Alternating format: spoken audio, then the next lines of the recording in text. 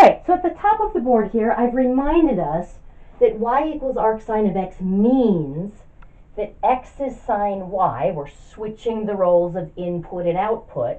So the output y is the angle, the input x is the trig ratio. Okay. But it also means that y is in this interval between negative pi over 2 and positive pi over 2, which corresponds to quadrants 1 and 4. Okay. So I've got two problems up here for you to try to evaluate. Okay.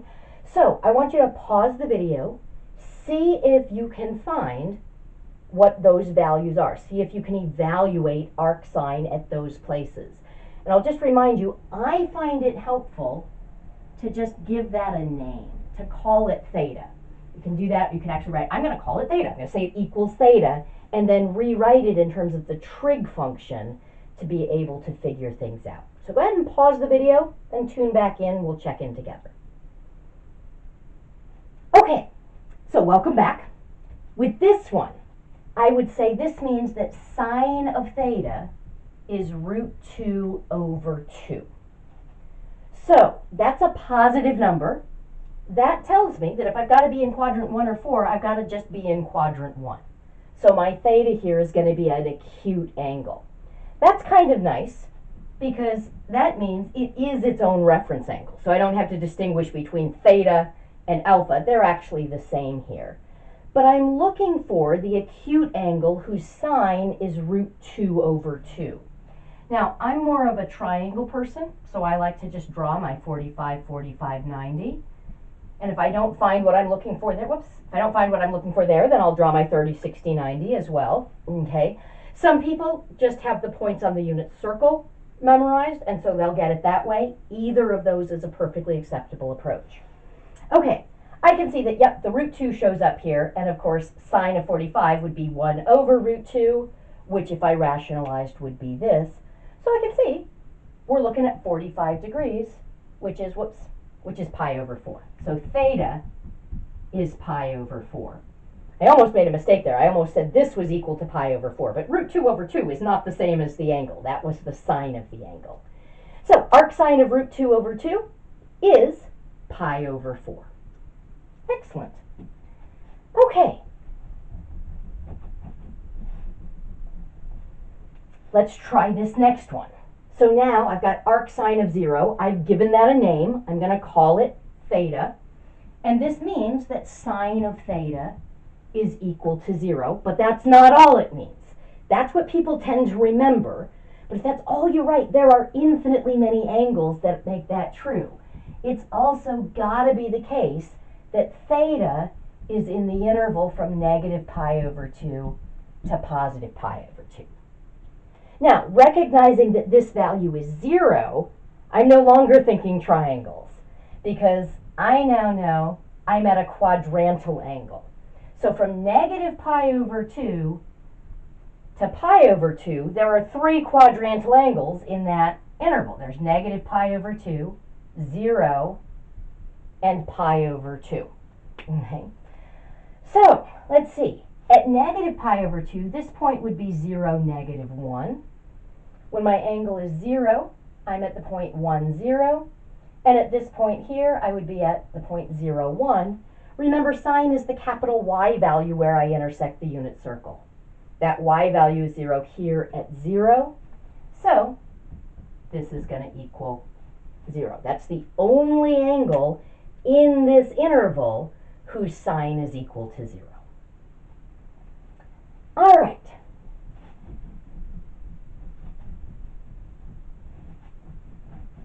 Now, we said that functions and their inverses undo each other.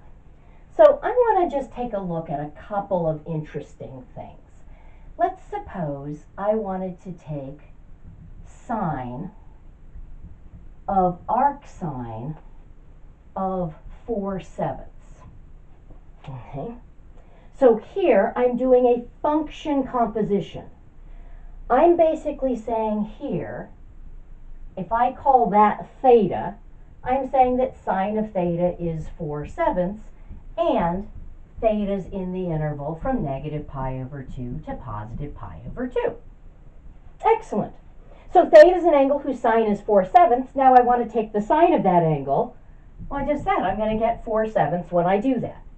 So here's a case where if I plug in a trig ratio to the inverse sine and then I plug into sine, they undo each other and I get the 4/7 back. I do need to be careful, however, because if I look at arc sine of sine of 0, and I compare that to arc sine of sine of 2 pi. Here, I need to remember that arc sine is not the inverse of sine. It's the inverse of sine with that restricted domain. Now, 0 is in that restricted domain. 0 is between negative pi over 2 and positive pi over 2. So, here, I can view this sine as this being the sine with the restricted domain. Okay. But 2 pi is not in that interval.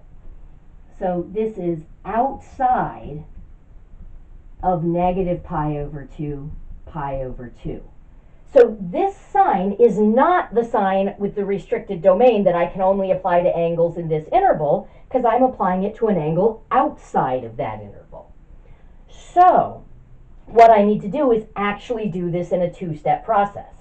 I need to say, what is sine of 2 pi? Well, sine of 2 pi would be 0. And then I need to say, now I want the angle in this interval whose sine is 0. Okay. So if I say this is theta, then I know that sine of theta has to equal 0, but theta can't be 2 pi, even though that's true, because theta also has to be between negative pi over 2 and positive pi over 2. So the only angle in that interval would actually be 0. Okay. So I can say that sine of arc sine of x will equal x. That's going to be true whenever this is defined. Okay.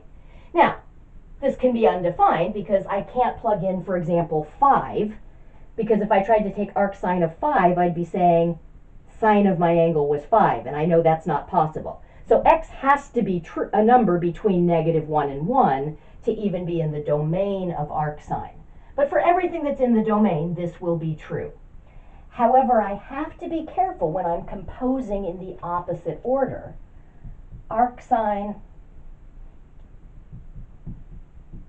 of sine of x equals x only if x is in the interval from negative pi over 2 to pi over 2. Otherwise, I have to just do this as a two-step process. Evaluate the sine, then evaluate the arc sine to find the angle that is in this interval that also has that sine. Okay, we'll work with inverse cosine in the next video.